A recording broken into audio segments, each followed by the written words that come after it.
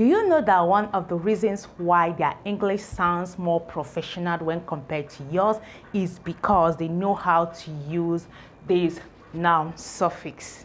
Yes, we've treated noun suffix before now, like we did it in a kind of full put together package, but for you guys to see how using this noun suffix actually adds color, like make your English look professional. Okay, so let's dive into it. If you're seeing me for the first time, you're so welcome. Right here we're very accommodating, so if you love what we do, you can actually join us simply by subscribing, and when you do, don't forget to turn on your notification bell, because in that way you get notified whenever I post any video. So right here on the board, we're going to be looking at the noun suffix for persons based on their occupation. Remember, a noun is the name of a person. A name of a person. It doesn't stop there. Things. Noun equally refers to things, okay? It refers to ideas, okay? Noun refers to places. It's not just about person, okay? So when we talk about a noun, always know that it doesn't end with person. So let's see how using this noun suffix properly can actually elevate how your English sounds, like can actually elevate how you speak. Let's find out. So I have the following suffix right here. I have this following words. So we have the double E, the ER, the OR, the IST, the ANT, the ENT, the ITY, the IAN, the ESS, and the AR. All these are the suffix for persons based on their occupation. Now, what does this mean? When we talk about suffix for people based on their occupation, we are actually referring to that name that was actually given to you based on what you do. Okay, that is based on occupation. If you are doing a particular thing, this particular noun suffix is the one that names you after that very action you are performing. Most times when you listen to people speak, you see them pronouncing certain things put together, and it makes their English look kind of polished and leveled up. You often wonder, why is my own case different? Today, this is one of the reasons. So let's find out how it works. I have this list of words. I have dentist, scholar, doctor, coordinator, constructor, inventor, promoter, survivor, philanthropist, waitress, waiter, participant, beautician, theorist, governor, creator, sponsor, educator, manager, artist, economist, painter, specialist, director, president, trainee, attendant, employee, security, photographer,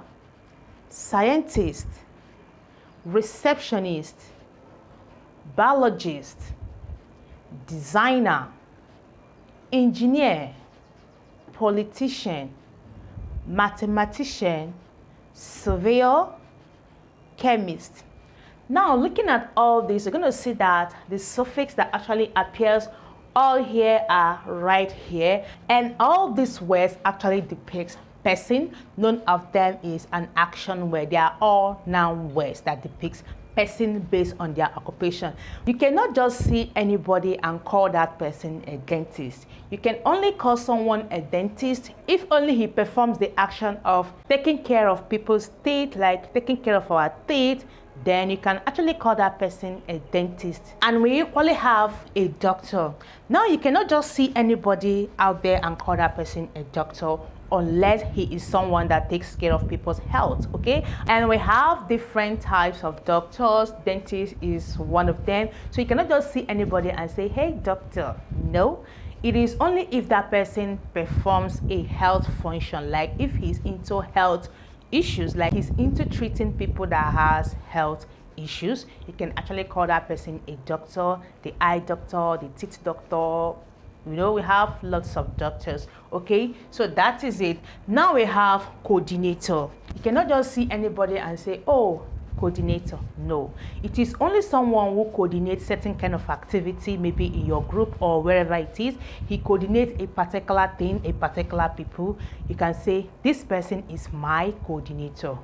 And again, we have theorist. You can equally see anybody on the road and say, hey, theorist. No. You can only call someone who propose theories, like who go out there, discover things and write about it, a theorist, okay? You cannot just see anyone and say this person is a theorist. No.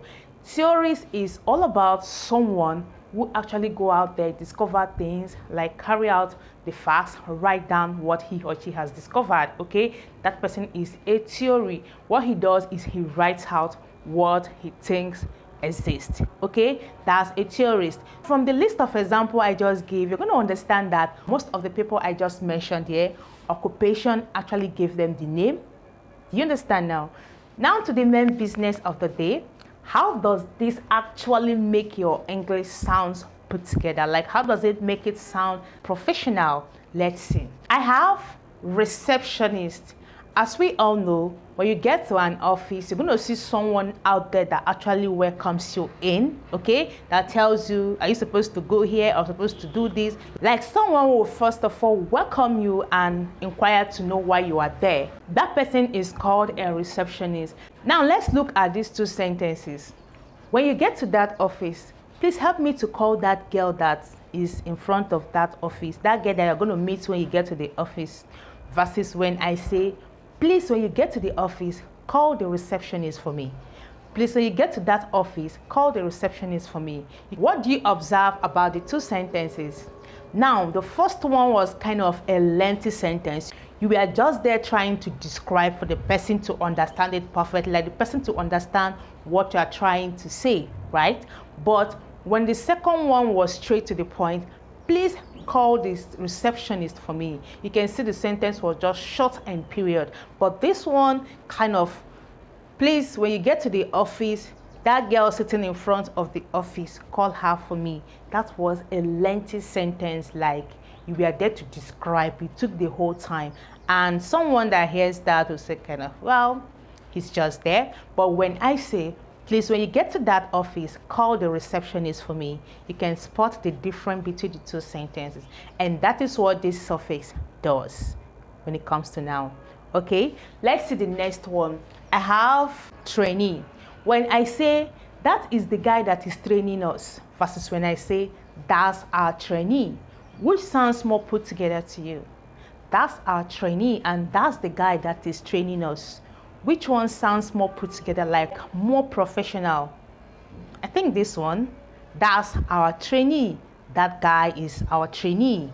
Period. Okay, let's see another one. Chemist.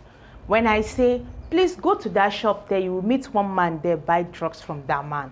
Versus when I say, please go down this chemist shop and get me this medicine. What do you think about these two? Please go to that chemist shop and get me these drugs. Please go to that chemist shop and get me these drugs. What do you think about the two? Let's still see this one. I have painter. A painter is someone who paints, okay? For instance, I walk up to you and say, please, who is this man? And you know very well what that man does. You can simply tell me, that's the painter, instead of you saying, that is the man that is working in that shop. No, you can simply tell me, that's the painter. When you are going to take care of your teeth and the person that takes care of your teeth is the dentist, you can simply say, I have an appointment with the dentist. The person you are actually talking to already understands where you're going to. Yeah, I have an appointment with the dentist. Instead of you saying, I am going to the hospital, I have teeth issue. Again, we have waitress. Call that girl that is serving in that bar for me. Call that girl that is serving in that bar for me. Please get me the waitress. He is the one taking care of the activities of the office. He is the manager. He paints and draws. He's an artist. Security. He's the one guiding this place. He is the security of the area. He's the one guiding this place. He's the security of the area. Specialist. He knows this job very well. He knows his job very well. He is a specialist in his field. He is a specialist in his job. Mathematician. He knows how to solve mathematics very well. He knows how to solve mathematics very well. He is a good mathematician. Beautician. Her work is to make you look beautiful. She is a beautician. Now you can see how noun suffix for persons based on their occupation works. So instead of me saying, hey, that girl that is serving, I can easily say the waitress. Instead of me saying, hey, that boy that is serving, I can easily say the waiter. Instead of me to say, hey, he was one of those people that came for the competition, I can easily say he is one of the participants. Instead of me saying he does beauty jobs, like he's there to make you look beautiful, I can easily say she or he is a beautician. Okay? Instead of me saying please come and be taking my photographs, I can easily say please be my photographer. Instead of me saying that's the man securing the territory or the man securing our street, I can easily say that's our street security. That's our street security. That is the person securing our street. And for someone that is good with mathematics, you want to say this person is good with mathematics, you can simply say he is a good mathematician. So you can actually see how this suffix being added to these persons based on their occupation can actually make your English sound professional. And we're going to be stopping here for today's lesson, so start practicing how to use this.